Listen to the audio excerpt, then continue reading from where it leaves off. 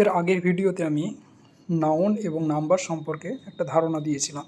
এই ভিডিওতে কাউন্টেবল এবং আনকাউন্টেবল নাউন সম্পর্কে জানব।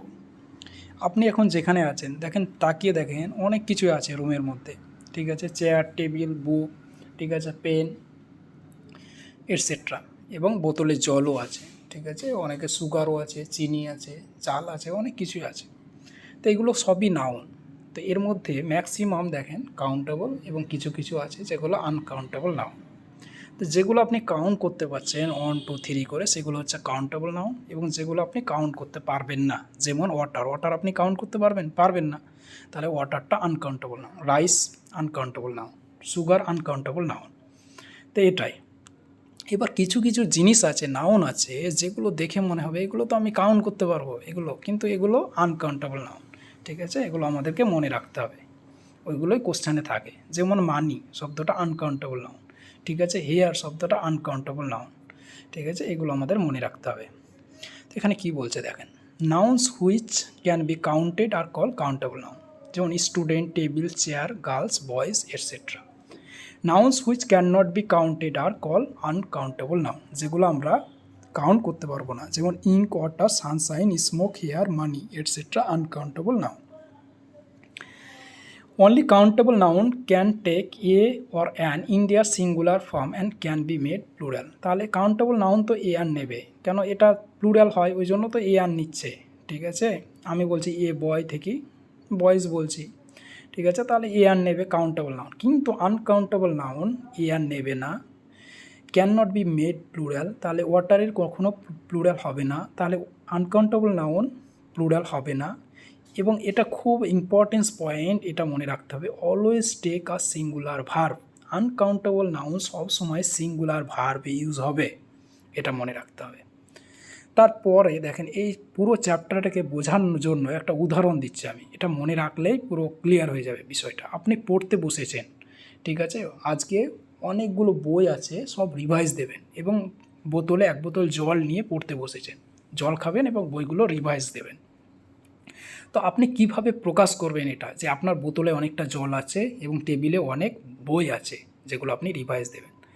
তাহলে প্রথমে আপনি প্রকাশ করছেন আনকাউন্টেবল নাউনটা, জলটা আনকাউন্টেবল নাউন, তাহলে I have a lot of water in my বোতল, এভাবে প্রকাশ করলেন আপনি। এটা কিসে প্রকাশ করলেন? অ্যাফার্মেটিভ সেন্টেন্সে।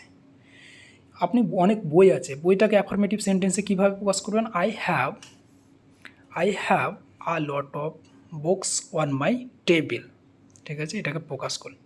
এবার আস্তে আস্তে জল খাচ্ছেন এবং বইগুলো রিভাইজ দিচ্ছেন। এভাবে আপনার কয়েকটা বই, প্রায় অর্ধেকগুলো বই আপনার রিভাইজ দেওয়া হয়ে গেল এবং অর্ধেকটা জল শেষ করে ফেলেছেন। তখন আপনি কিভাবে প্রকাশ করবেন? তখন সাম হয়ে গেল, তখন আপনি সাম দিয়ে প্রকাশ করতে হবে।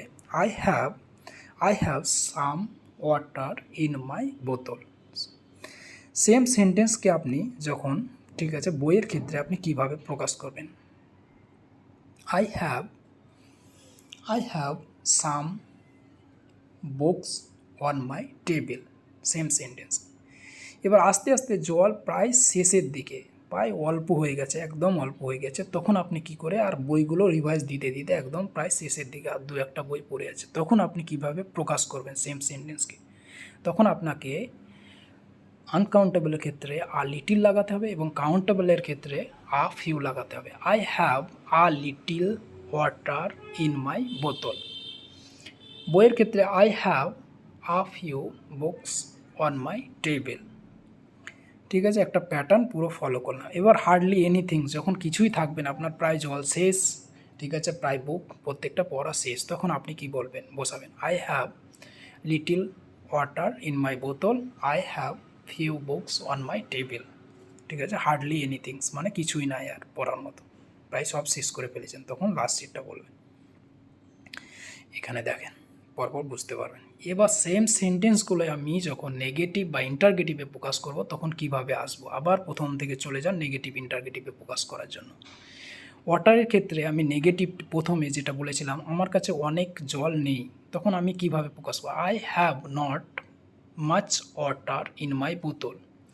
সেম সেন্টেন্সকে আমি যখন ইন্টারগেটিভে প্রকাশ করব, do you have much water in your বোতল। সেম সেন্টেন্সকে। মাছ শব্দটা আমি কিসে আনকাউন্টেবল নাউন নেগেটিভ ইন্টারগেটিভের ক্ষেত্রে ইউজ করব। মাছ শব্দটা এটা মনে রাখতে হবে, মাছ শব্দটা আনকাউন্টেবল নাউন নেগেটিভ ইন্টারগেটিভের ক্ষেত্রে ইউজ করব। পুকুরের মধ্যে অনেক মাছ থাকে, জলের মধ্যে আপনি গুনতে পারবেন না, তাহলে মাছটা ওই সেন্সে মনে রাখতে হবে। মাছ আনকাউন্টেবল নাউনের ক্ষেত্রে নেগেটিভ ইন্টারগেটিভের ক্ষেত্রে ইউজ হয়। আবার মাছ এবার কাউন্টেবল নাউন নেগেটিভ ইন্টারগেটিভের ক্ষেত্রে কি মেনি ইউজ হয়।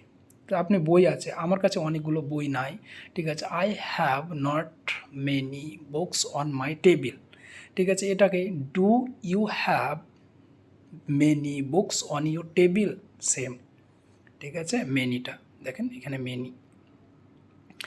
এবার দেখেন সাম এর ক্ষেত্রে নেগেটিভ ইন্টারগেটিভের ক্ষেত্রে এনি হয়ে যাবে।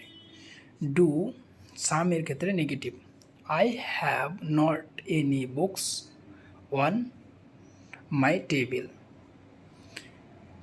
ওয়াটারের ক্ষেত্রে সেম, আই হ্যাভ নট